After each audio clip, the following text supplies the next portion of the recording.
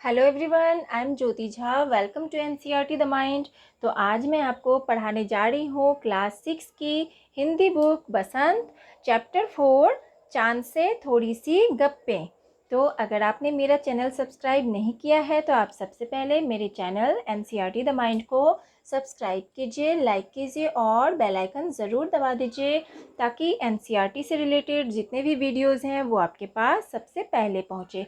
तो चलिए बच्चों, अब हम लोग पढ़ना शुरू करते हैं। देखिए, चांद से थोड़ी सी गप्पें कविता शमशेर बहादुर सिंह द्वारा लिखित है। उन्होंने ही इसे लिखा है। इस कविता को कवि ने एक 10-11 साल की लड़की के मन का वर्णन किया है। वह जिज्ञासु प्रवृत्ति की होने के कारण चांद से कई सवाल पूछना चाहती है और उनके बारे में अधिक जानना चाहती है। तो वह चांद से पूछती है कि क्यों वे तिरछे नजर आते हैं। वह सारे आकाश को चांद का वस्त्र समझती है जिस पर कई सितारे जड़े हैं। चांद का घटना बढ़ना को वह एक बीमारी समझती है। तो देखिए, तो इस तरह से उसने इसका वर्णन किया है। तो देखिए, पहले हम लोग कवि के बारे में जान लेते हैं। तो शमशेर बहादुर सिंह जो कवि हैं, उनका जन्म 13 जनवरी 1911 देहरादून में हुआ था और उनकी मृत्यु अहमदाबाद में 12 मई 1993 में हो गई। उनकी पत्नी का नाम था धर्मवती सिंह और वो हिंदी और उर्दू भाषा के कवि थे। तो उन्होंने बहुत सारी पुस्तकें लिखी जिनमें कि प्रमुख है टूटी हुई, बिखरी हुई, प्रतिनिधि कविताएं, चुका भी नहीं हूँ मैं। तो इस तरह से इन्होंने बहुत सारी पुस्तकें लिखी। अब हम इसके बारे में अब कविता पढ़ते हैं। गोल है खूब मगर आप तिरछे नजर आते हैं ज़रा, आप पहने हुए हैं कुल आकाश तारों जरा, सिर्फ मुंह खोले हुए हैं अपना गोरा चिट्टा गोल मटोल।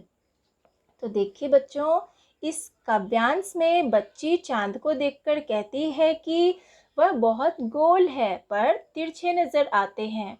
वह आकाश को उनके वस्त्र बताती है, साथ ही आकाश में छाए तारों को उनके वस्त्र के सितारे जो चमक रहे हैं।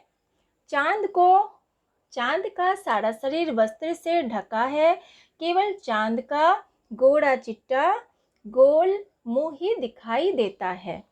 अब देखिए आगे क्या है। अपनी पोशाक को फैलाए हुए चारों सिमत आप कुछ तिरछे नजर आते हैं, जाने कैसे। खूब है गो की वाह जी वाह, हमको बुद्धू ही निराश समझा है। हम समझते ही नहीं जैसे कि आपको बीमारी है। आप घटते हैं तो घटते ही चले जाते हैं और बढ़ते हैं तो बस यानी कि बढ़ते ही चले जाते हैं। दम नहीं लेते हैं जब तक बिल्कुल ही गोल ना हो जाएं, बिल्कुल गोल।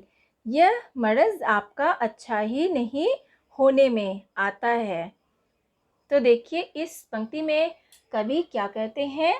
तो देखिए, लड़की चांद से कहती है कि उनकी पोशाक चारों दिशाओं में फैली हुई है।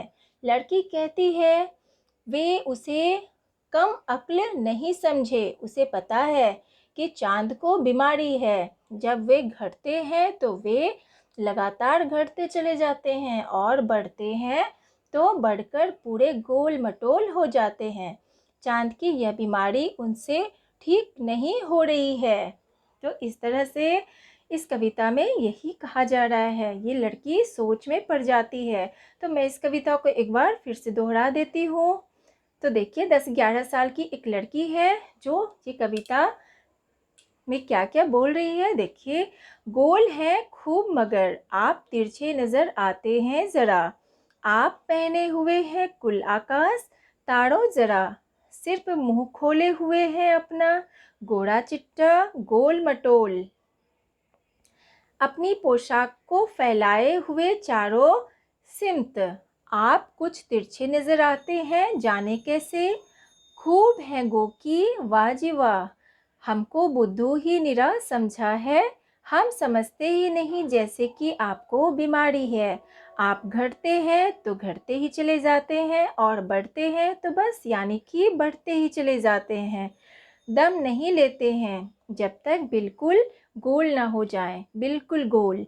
यह मर्ज़ आपका अच्छा ही नहीं होने में आता है। तो इस तरह से बच्चों कविता ख़त्म हो चुका है।